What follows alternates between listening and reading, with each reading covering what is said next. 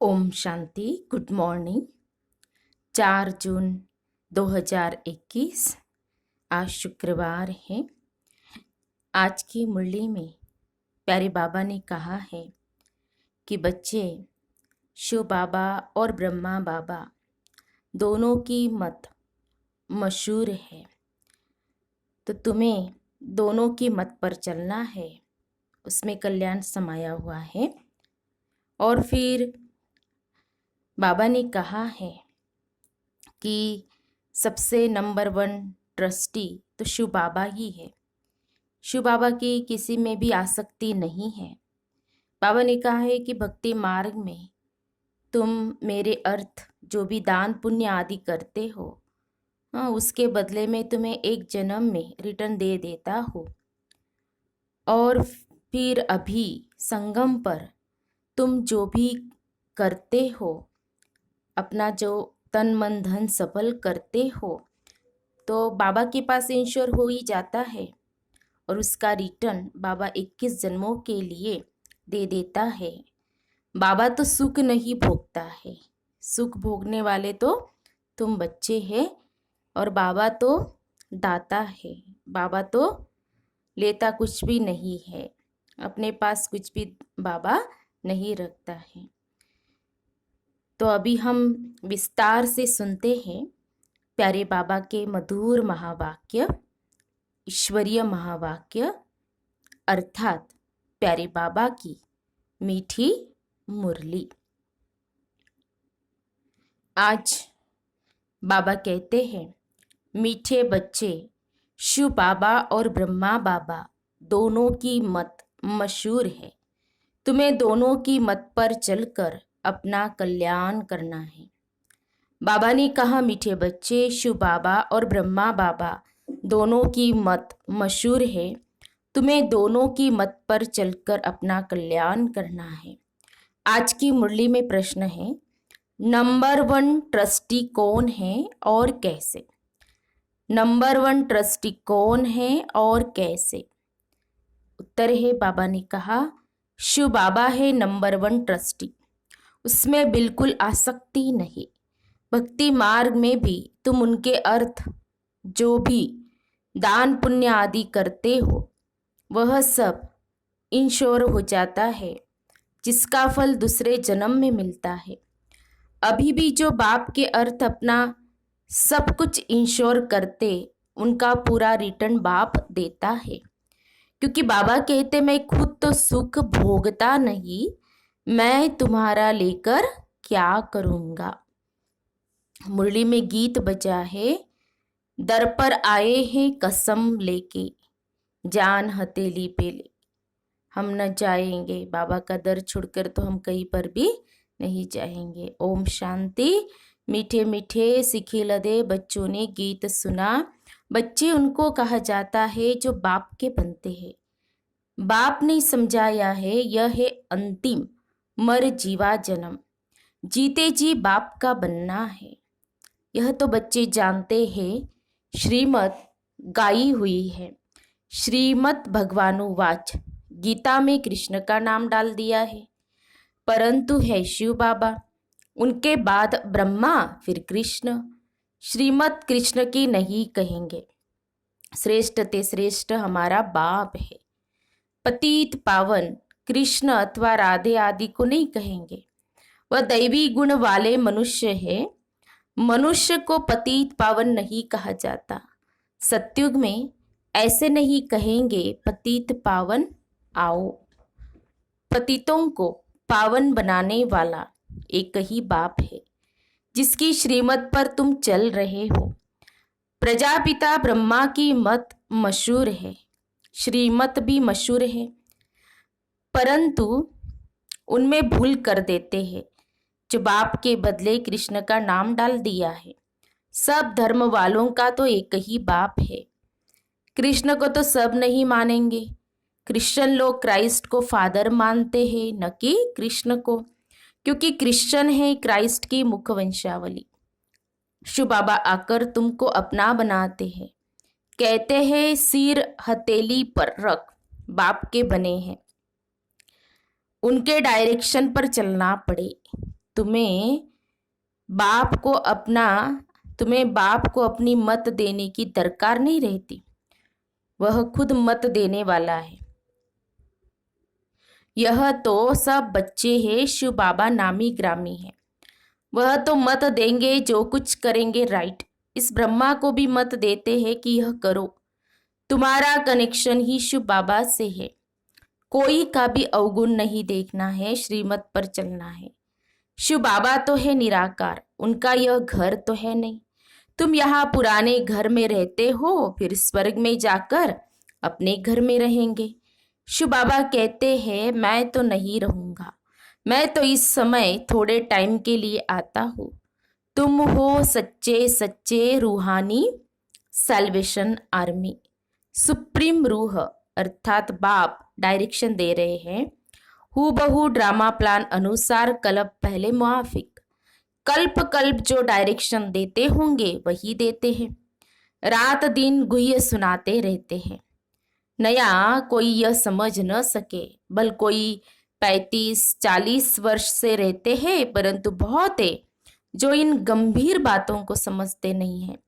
बाबा तो रोज नया सुनाते रहते हैं।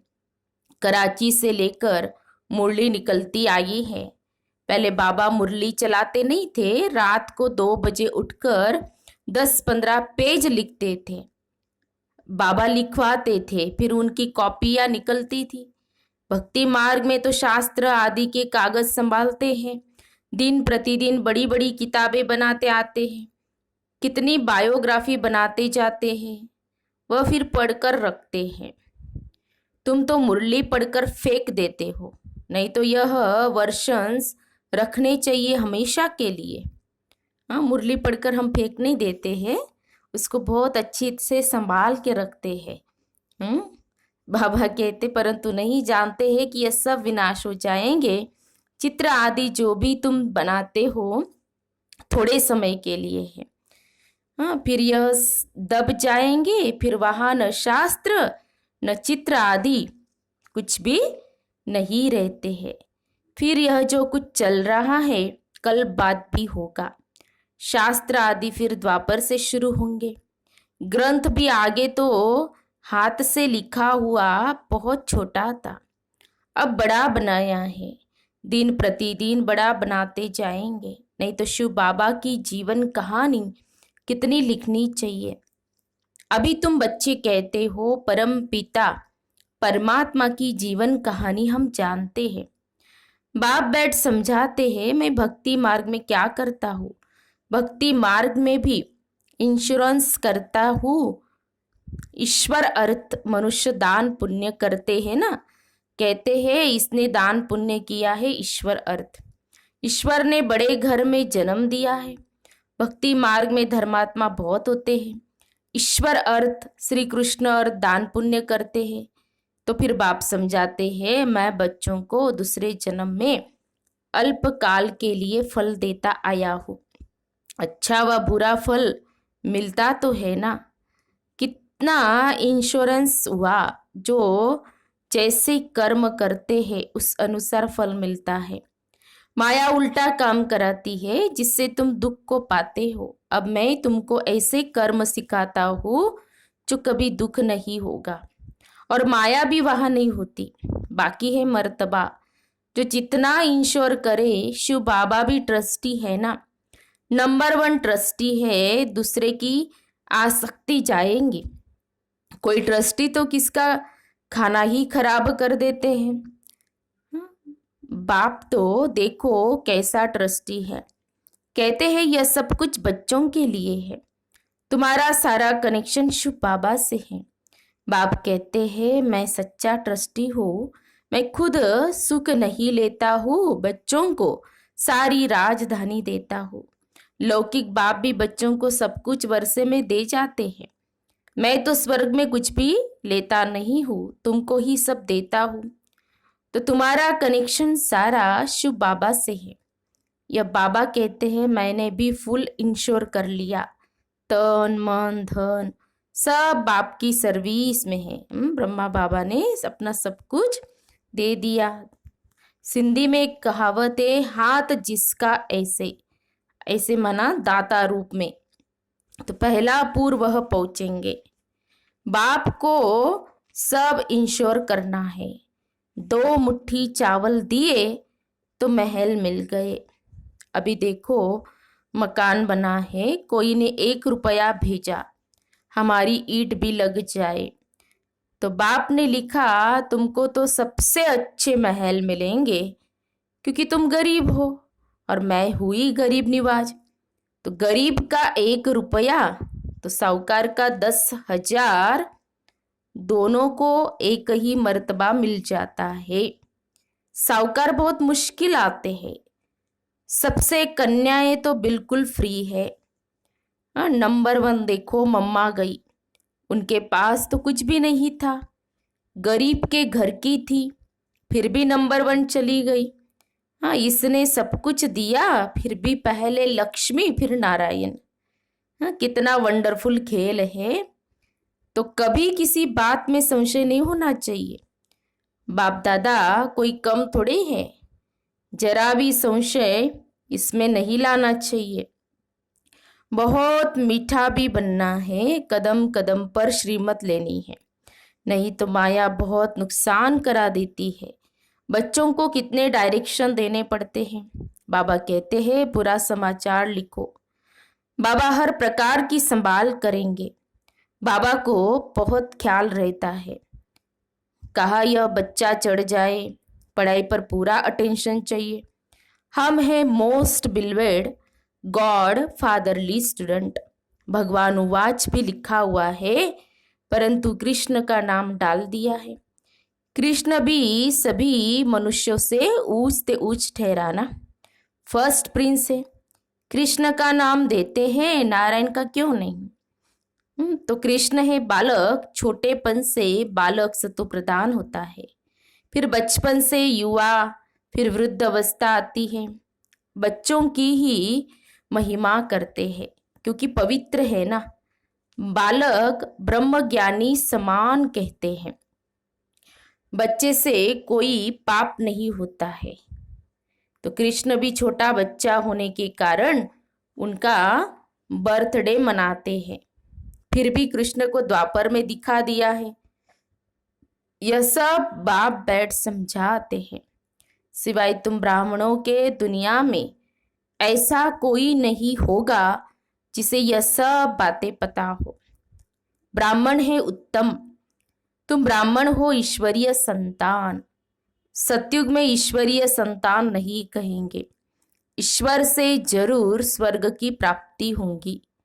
यह है तुम्हारा अति दुर्लभ अमूल्य जीवन, सबका तो हो नहीं सकता।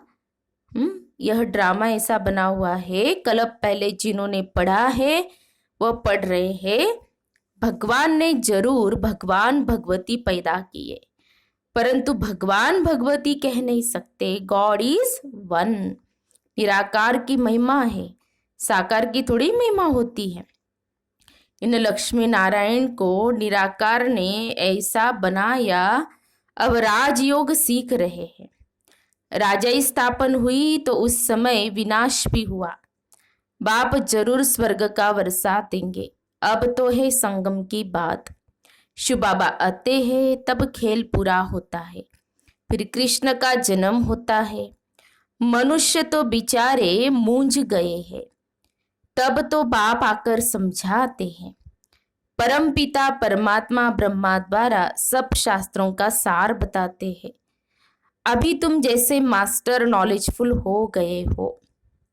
आत्मा की ही महिमा है, ज्ञान का सागर, आनंद का सागर, ब्लिसफुल, यह बाप की ही महिमा है। बाप कहते यह भारत तो सबसे बड़ा तीर्थ स्थान है, परंतु कृष्ण का नाम डालने से सारी महिमा गुम कर दी है। नहीं तो सभी शिव के मंदिर में फूल चढ़ाते, सबका सदगति दाता वह एक है। आधा कल्प तुम प्रारब्ध भोग फिर नीचे आते हो, सबको तमो प्रधान बनना ही है। अब बाप कहते हैं तुम बच्चों के लिए नई दुनिया स्थापन कर रहा हो, उसमें खुद नहीं आता, सब कुछ तुम बच्चों के लिए है। साफ बात है। मनुष्य तो अपने लिए करते हैं, फिर कहते हैं कि हम निष्काम करते हैं, परंतु निष्काम तो कोई कर न सके। हर चीज का फल जरूर मिलता है। मैं तो तुम बच्चों की अविनाशी ज्ञान मैं तो तुम बच्चों को अविनाशी ज्ञान रत्न देता हूँ। तुम्हारे लिए ही वैकुंठ लाया हूँ। बच्चों को सावरंटी का सोविनियर देते हैं, तो वह लेने के लिए ऐसा लायक बनना चाहिए। स्वर्ग का मालिक बनना है, हथेली पर बहिश्त मिलता है, सेकंड में जीवन मुक्ति अथवा सेकंड में बादशाही। दिव्य दृष्टिदाता शिव बाबा है, सेकंड में वैकुंठ में ले जाते हैं।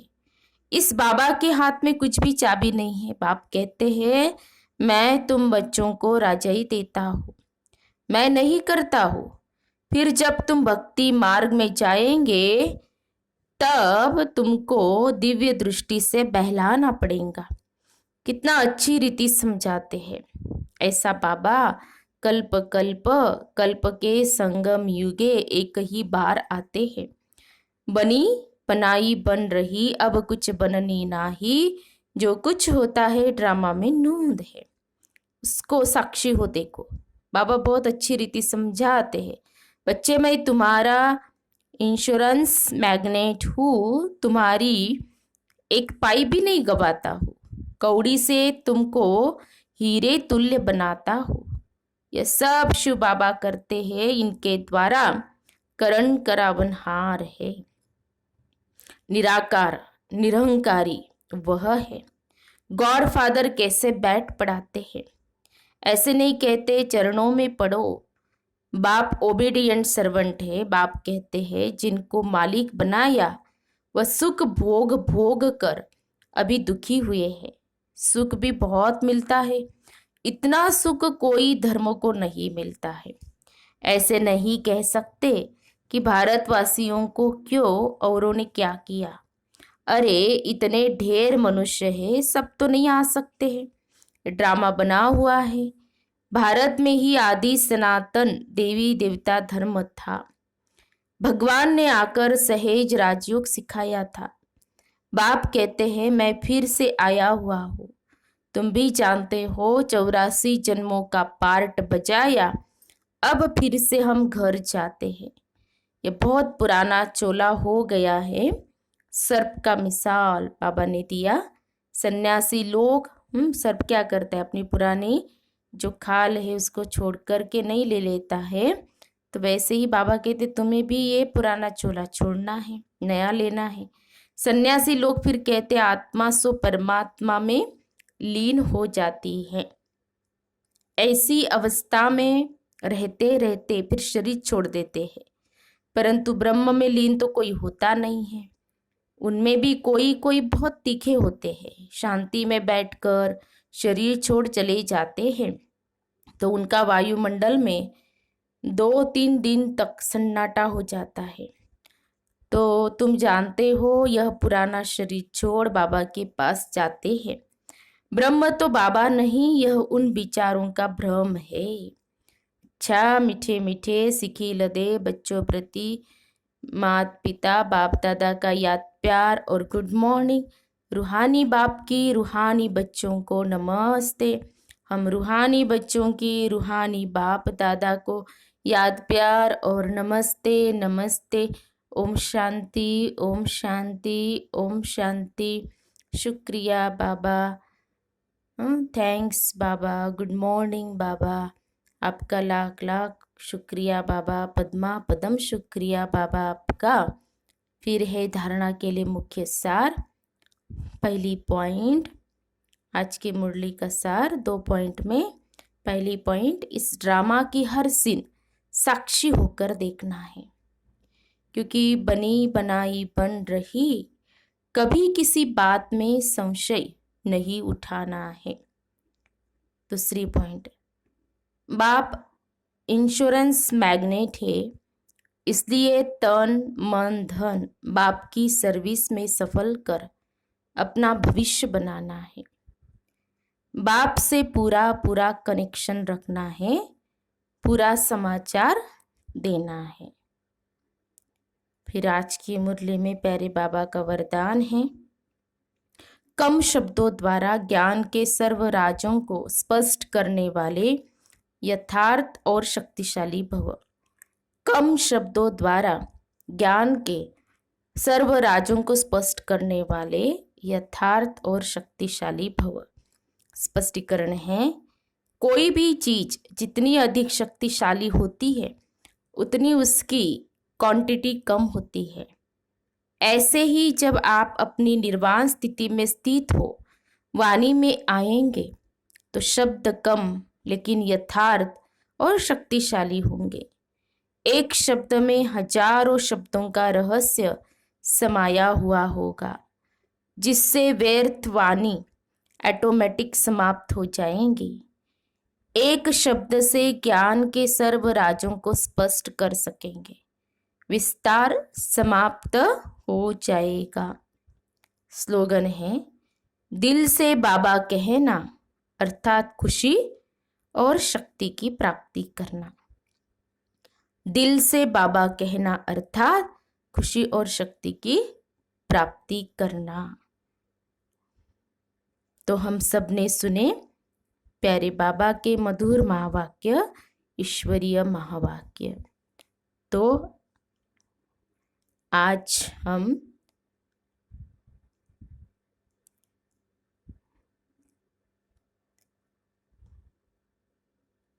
सारा दिन इसी नशे में रहेंगे, दिल से बाबा बाबा का गीत गाते रहेंगे। अच्छा, ओम शांति, ओम शांति, ओम शांति।